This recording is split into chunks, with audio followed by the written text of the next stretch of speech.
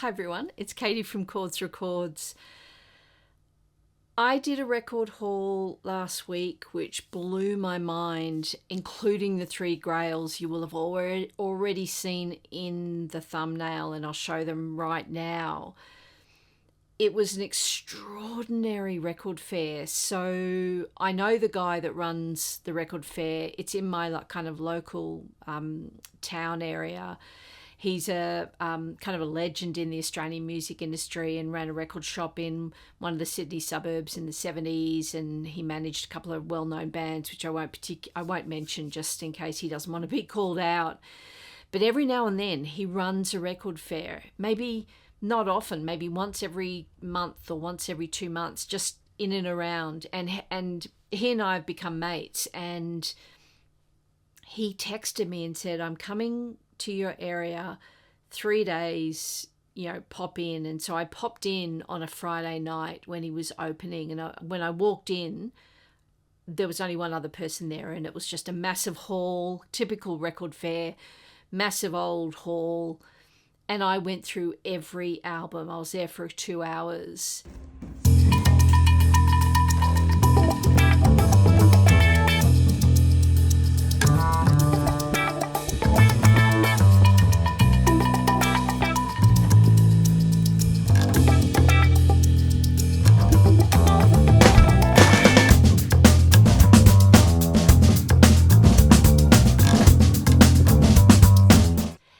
I could not believe I found a collection of albums, including the 3 Nick Drake albums.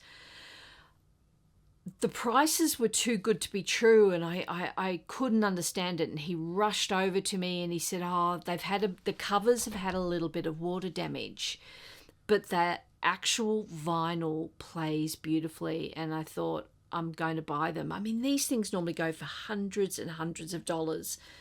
So I bought all 3. I'll show you each one. So, of course, Nick Drake, 5 Leaves Left. Is it one of the great debut albums ever? So Nick Drake, if you don't know, was a celebrated folk guitarist, songwriter, singer from the late 60s to the early 70s, and he unfortunately died of an overdose of antidepressants when he was just a very, very young man. He was only 26 years old.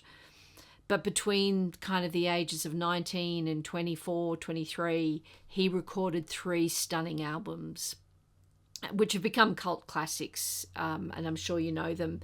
This was the first one, 5 Leaves Left, and you can see the cover condition. It's absolutely beautiful. I mean, there's a little bit of water damage, but not much really. And I'll just show you the album. So this is a 1976 UK reissue. You can see how beautifully clean that is.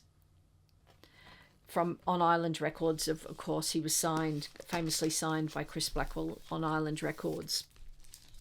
This is it's an iconic debut album. It featured Nick Drake was obviously a guitarist, and amazing guitarist. He was a young man, and singer and songwriter. And 2 out of his 3 albums have accompanying musicians. His 3rd album was a solo album, which I'll talk about in a minute. But this album had, Richard Thompson from Fairport Convention. It had Danny Thompson from Pentangle accompanying, as well as a raft of musicians, very string heavy. And he actually recorded it live with the strings, sitting in the middle of the strings and recording it live. There were no overdubs. I'll show you the back cover. The famous song on here, Riverman, with a beautiful string arrangement. The Riverman was probably his most iconic song off this album. So I was very pleased to get that. And this record haul, which I'm going to show you, was around about 14 records. and every single one of them were in beautiful condition. This seller really only sells records which are in good nick. He really prides himself on the quality of his album selling, and excuse me, and he knows his music. It turns out every album I got, the newest one was 40 years ago, the oldest one was over 60 years ago, so really bunched up into that 60s, 70s, and a little bit of sprinkling of 80s, but there's a whole theme there, and essentially it's folk, Americana. You'll get the vibe of these amazing albums that I got during this record haul. So the second Nick Drake album, Brighter Later.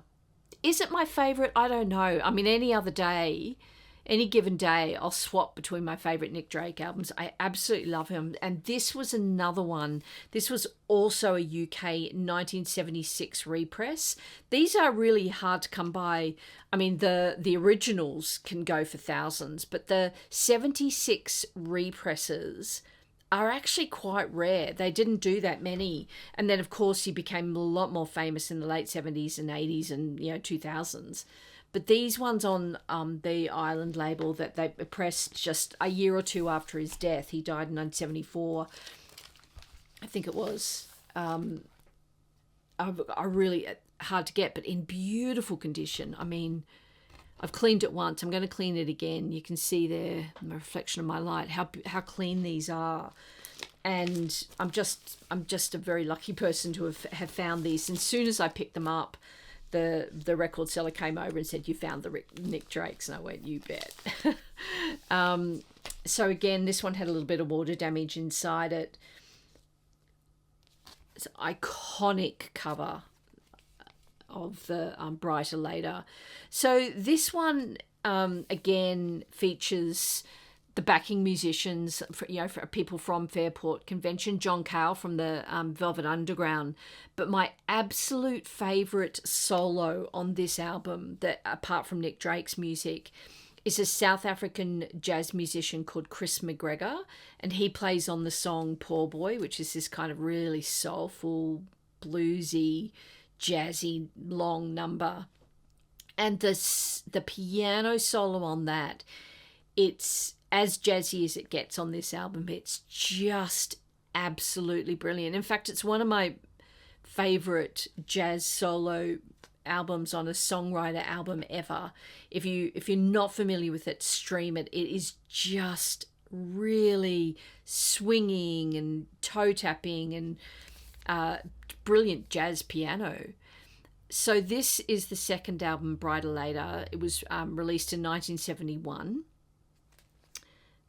And then, of course, the third album, Nick Drake, Pink Moon, with that iconic kind of Dali-esque cover. Absolutely beautiful. The legend goes that, or the myth is that he wasn't in great shape by this stage, and he suffered immense depression, and the photos of him weren't good enough for an album cover, so they went with this kind of very surreal, kind of, I guess, surrealistic imagery. I think the original painting ended up in his parents' house. So this is the third album, and what happened with this album, this was released in 1972, and he didn't, the kind of the legend goes, he wasn't super happy with the sound of the Brighter Later album, and he wanted to just go into the studio on his own and play solo, and he brought in the engineer from the first two albums. The first two albums were recorded by Joe Boyd, and the engineer on that album was John Wood, and he got on really well with John Wood and really trusted him, and he just called him up and said, "Just you and me, let's go into the studio." And that's what happened. It was only the two of them in the studio, and released this masterpiece of an album, Pink Moon.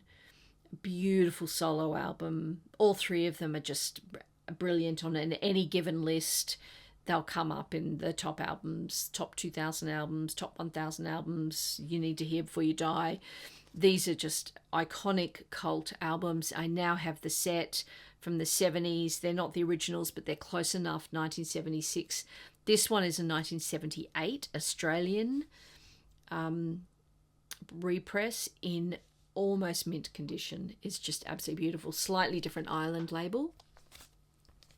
Right, so I'm now going to go back into the 60s and sort of from here on, it's sort of, I'm going to take you through my haul, but chronologically, and just to give you kind of an impression of just the musical journey of this haul. So this is Nick Drake's were the 69, 70, 72, right in the middle of all my haul. But let's go back to the early 60s. And I decided I want to just pick up a few iconic folk albums. These are albums I won't listen to very often, but I didn't have them in my collection. And I absolutely love folk music, but I really like the stories and the history of folk and the threads that follow through right to today.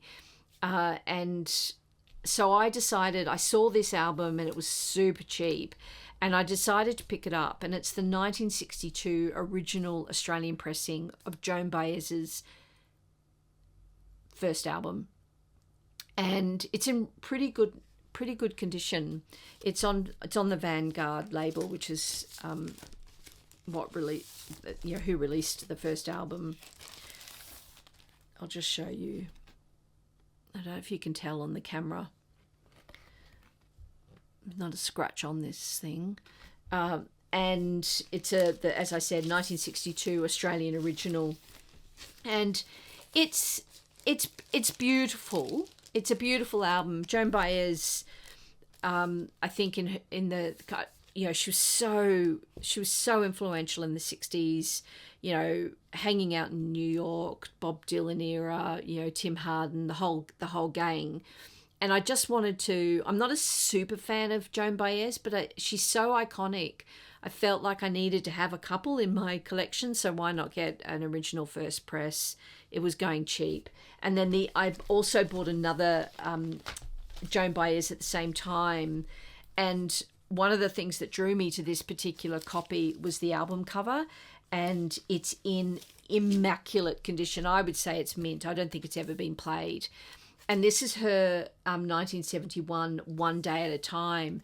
And this was when she was kind of experimenting with country. And I love this album. I hadn't heard it before. And the cover is by Jim Marshall, the famous kind of rock album, rock photographer. And it's such a beautiful, I might take it out of the sleeve just so you can get a full impression of it without the reflection. Beautiful portraits, right? And this is immaculate. I don't think it's ever been played, this gatefold. And again on Vanguard, but on it's a later Vanguard label. This is a 1970 original Australian press. This was her 11th album, but she was experimenting with country, and some of the tracks on here are just beautiful. Like there's quite a few covers on here. She covers Rolling Stones, No Expectations, so Mick Jagger and Keith Richard. She covers Willie Nelson, I Live One Day at a Time. There's quite a few covers on here, and she doesn't have that kind of vibrato, falsetto that a lot of her singing has. It's a bit more country and a bit more laid back. Really beautiful album, and a sort of a bit of a treat for me, unexpected. And then the other in this kind of ilk of early folk, which I probably won't spend too much time listening to, but I just thought it was really good to have in the collection as well. And it was the beautiful Peter, Paul and Mary album, Movin'. So this was the second album from this iconic kind of American folk trio. And yeah, is it a little bit daggy or a little bit kind of a bit old fashioned? But I think so much time has passed since these songs were released. You can come back at them with a fresh ear.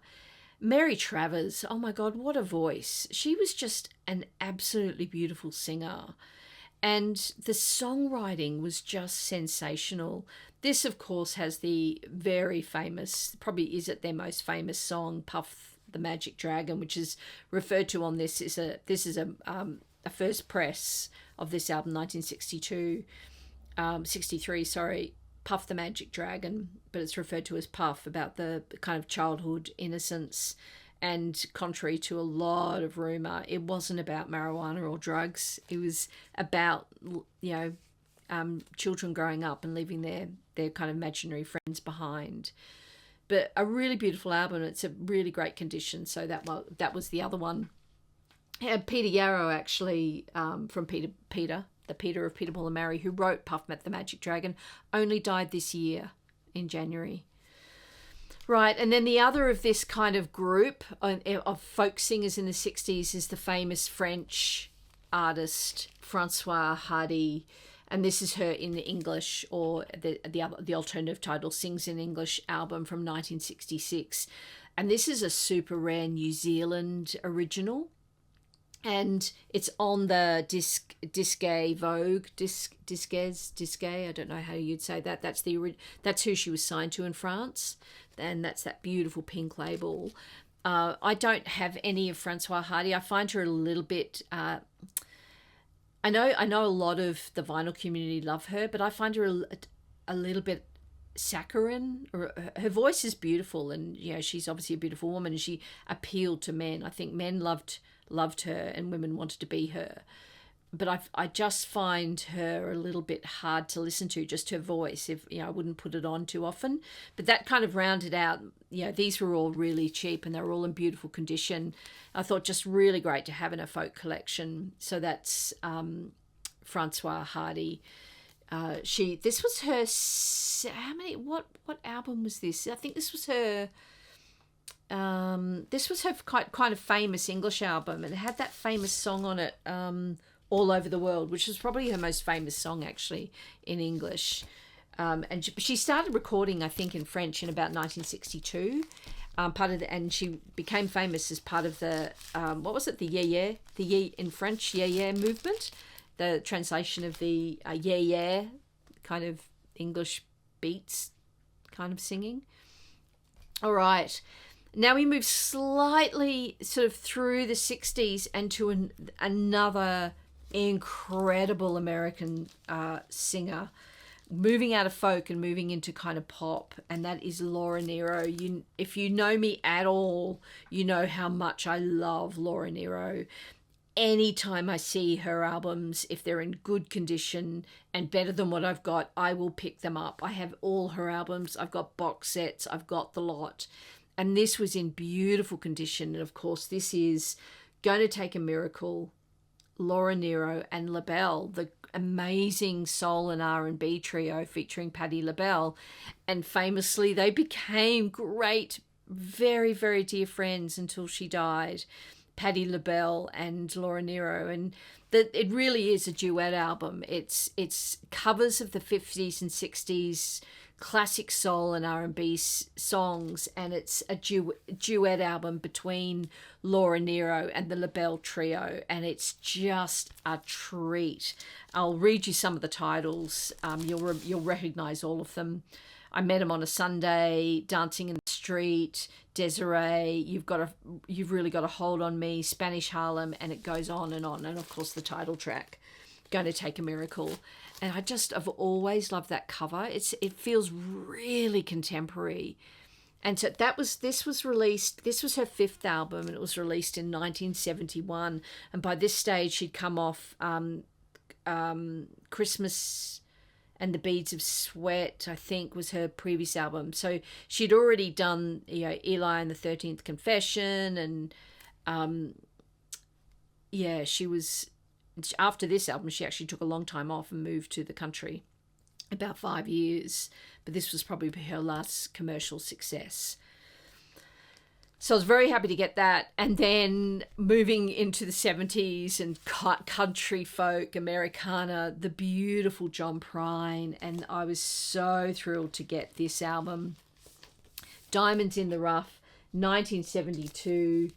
This is an OG US version of this album.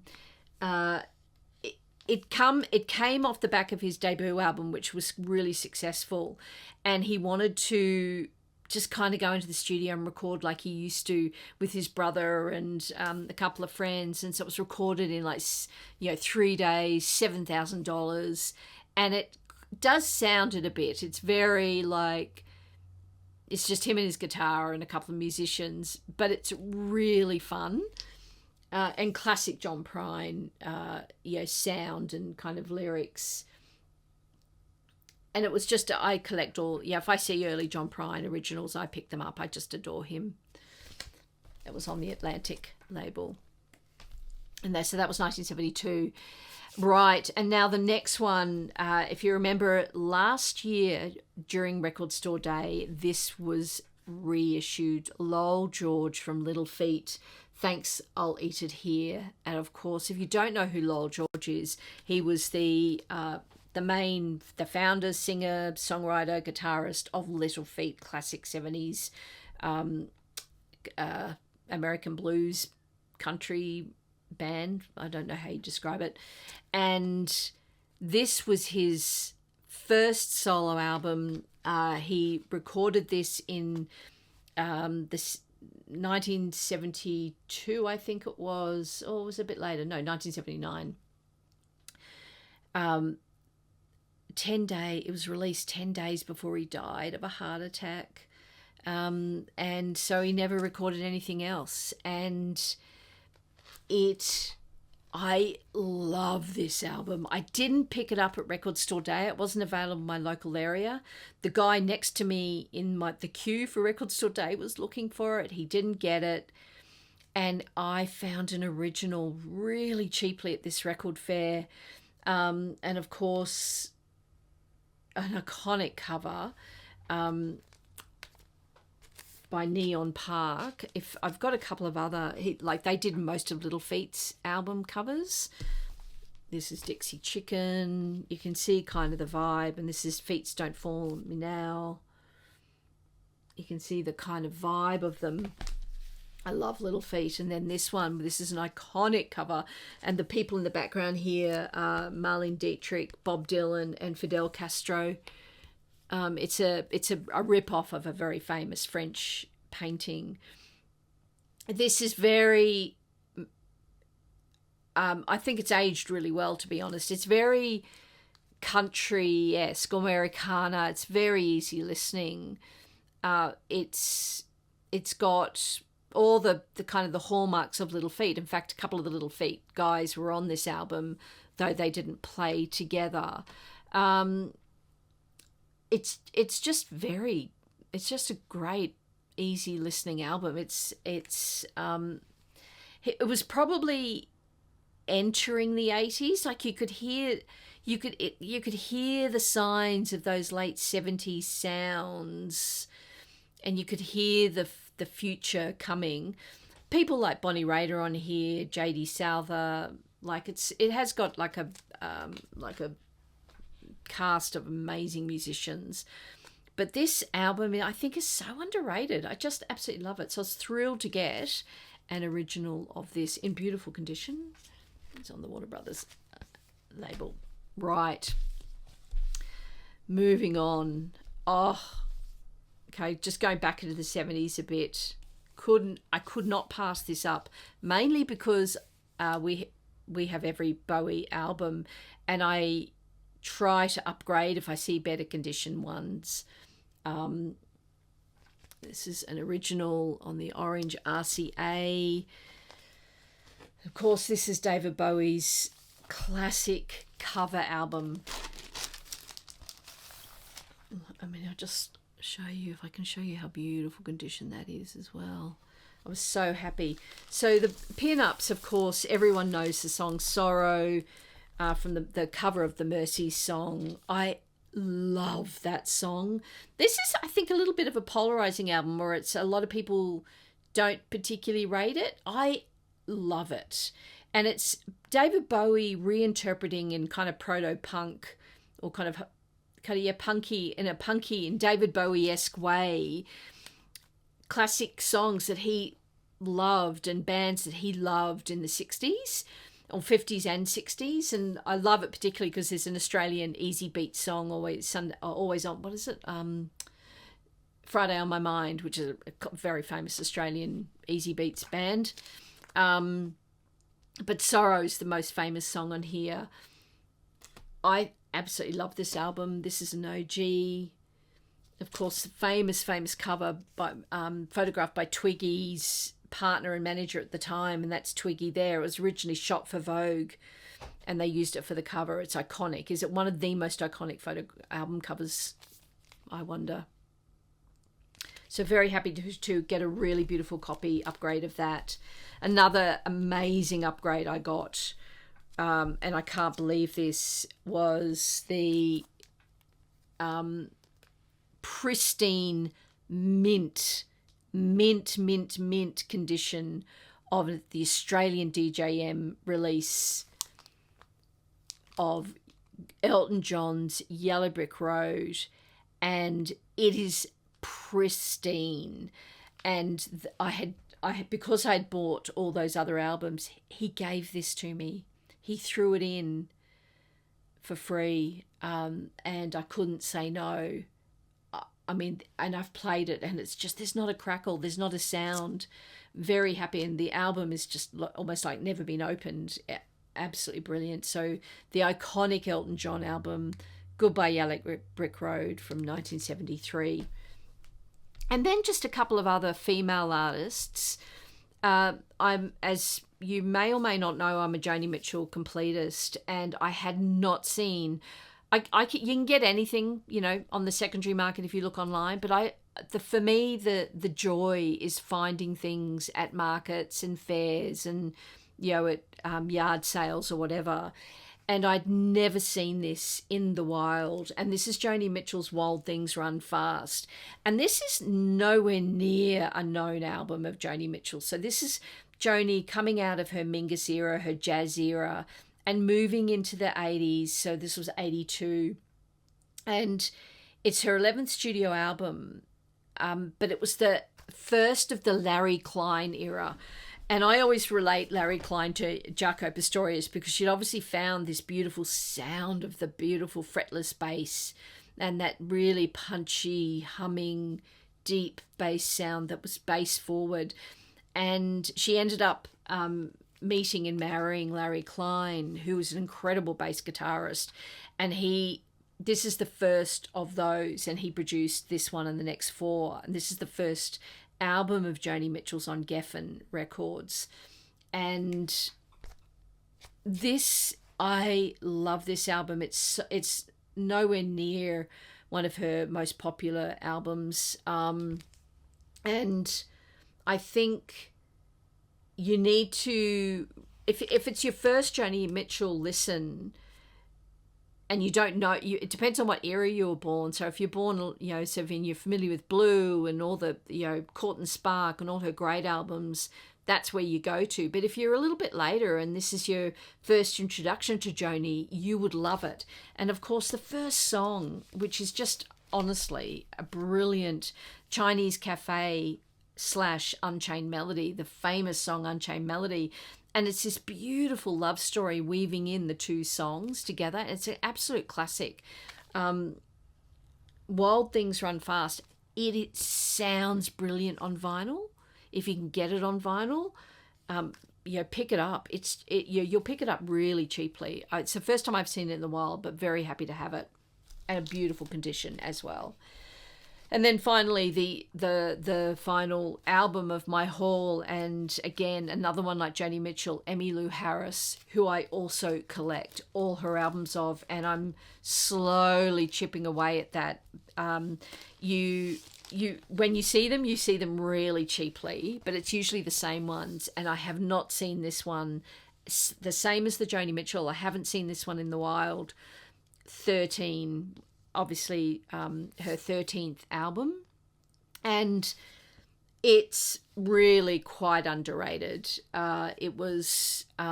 She was she, you know, by her 13th album, she'd had quite the career in the 70s and 80s, and this was not recorded in 1986, and she was well off her kind of masterpiece that would come a decade later with Wrecking Ball. So this was kind of in that middle era of her career where I think she was flailing a bit, and straight after she recorded this, it didn't work, and she jumped straight into the studio, and they released the now iconic trio album with Dolly Parton and Linda Ronstadt.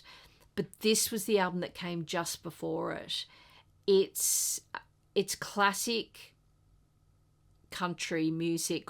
It kind of goes back to her bluegrassy roots.